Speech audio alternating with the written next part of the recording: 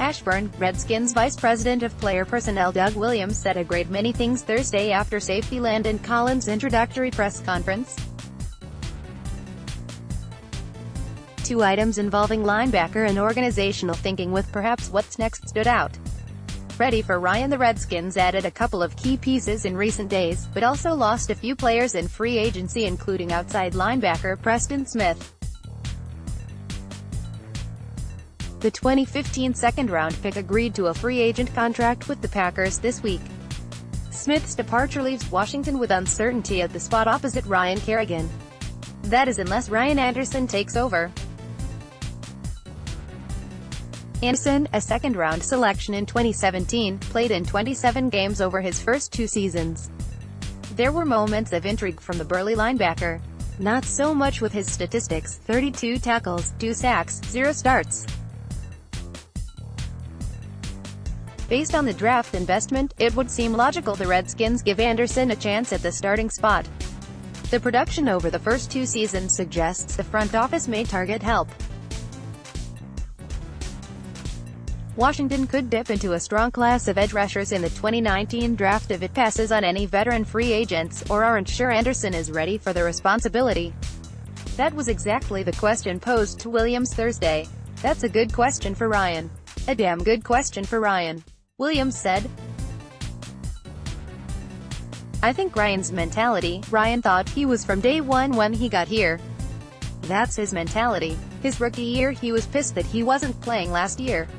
He understands how it works. He didn't walk into Alabama and start.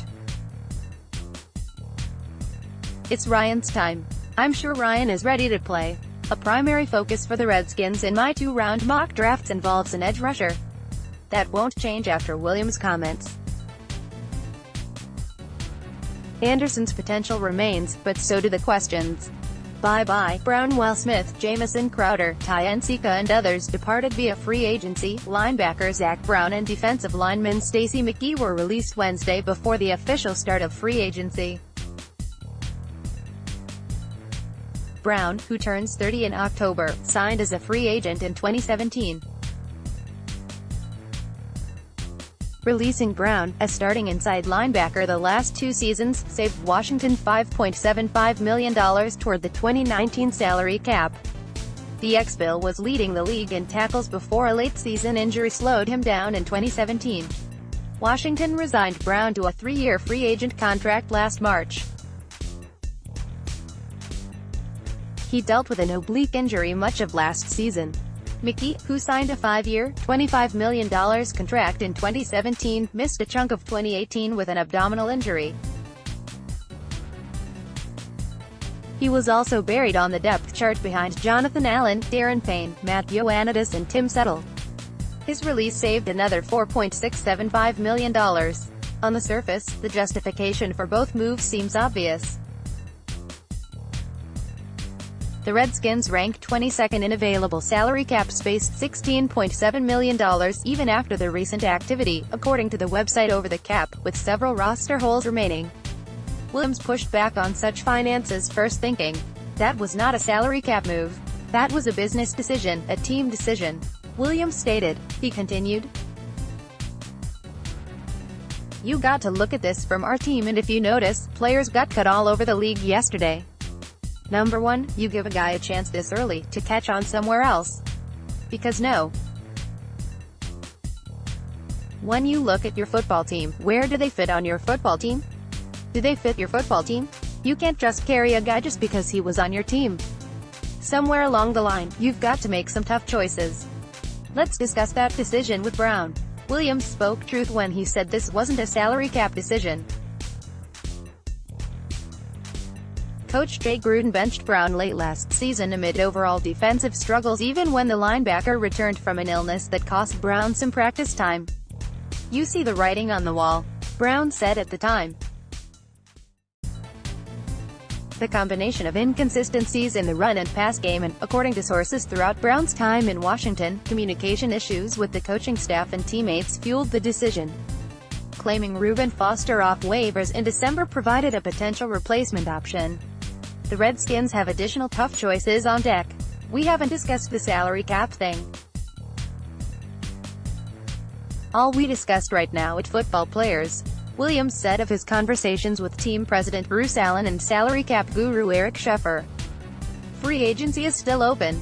There are going to be some guys that are going to cut.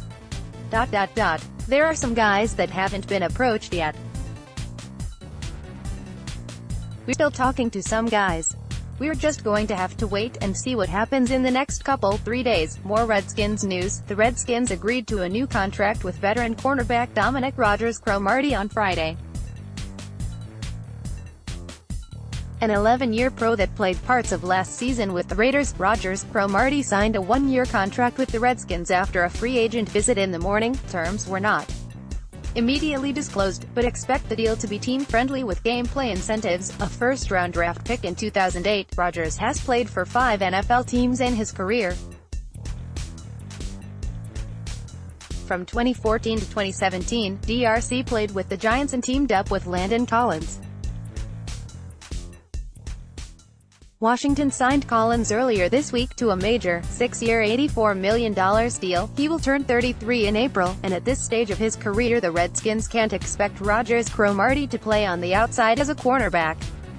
His experience and versatility could allow him to play the inside slot cornerback role in the nickel or even some safety in certain packages. In 2015, teamed up with Collins in New York, DRC made the Pro Bowl playing in a variety of roles. Another Pro Bowl bid seems unlikely, but for a team that needs depth and experience in the secondary, this signing could make sense. More Redskins news. The Redskins needed to add a starting caliber safety. They signed maybe the best young safety on the free agent market in Landon Collins. The Redskins needed to add a veteran quarterback. They traded for Case Keenum. 2 years removed from an NFC Championship game appearance, Collins looks like a home run signing for Washington. The Skins had to add a safety and did so without burying their salary cap for 2019. The contract has outs after 2 and 3 years as well, and Collins has shown he can be an elite player. His All-Pro 2016 season, at just 22 years old, is proof. The trade for Keenum is a double, but the tag at second was pretty close. He's not a great quarterback, but he's a capable starter. More importantly, bringing in Keenum, along with veteran Colt McCoy, should mean the Redskins don't end up in the sort of desperate state that led to Mark Sanchez and Josh Johnson getting starts late in the 2018 season. Both deals address needs for the Redskins, which is good. The bad news is plenty of needs still exist. The Redskins lost outside linebacker Preston Smith and wide receiver Jamison Crowder in free agency, and both players started for the last few seasons in D.C. Replacing them won't come cheap, but they have to be replaced. There's some thought third-year pro Ryan Anderson is poised for a breakout season. Asked about expectations for Anderson, VP of Player Personnel Doug Williams said, "That's up to Ryan." A few years ago, a similarly strong but unproven third-year pass rusher had a breakout season in Washington. His name was Trent Murphy, and after 6 combined sacks in 2014 and 2015, he popped for 9 sacks in 2016. Anderson has just 2 sacks through 2 seasons, but with Smith gone, this would be a great time for the former Alabama star to break out. The 2019 NFL Draft also has a lot of edge rushing potential, both in the first round and in the later rounds. Expect the Redskins to add at least 1 outside linebacker in the draft, maybe more, and that could be as early as the 15th pick. Receiver might be different. The Redskins likely need help in free agency and the draft. Beyond Crowder, Washington also lost Maurice Harris, who signed a deal with the New England Patriots. Michael Floyd seems unlikely to be back either. Josh Doctson, Paul Richardson, Trey Quinn, J.U. Chesson and Cam Sims are the only returning wideouts that played in 2019, and frankly, that group is underwhelming. Asked if the Redskins needed to address receiver now, Gruden replied with his usual humor, "Maybe." The coach continued, "We'll have to wait and see who's out there and go from there. We like to add 1 more here, but there's a lot of good receivers in the draft." During the NFL Scouting Combine last month, Gruden and Williams talked about the need for a big receiver being added to the group. Sources have told NBC Sports Washington that the team will also consider trades leading up to the draft as a means to add a wideout.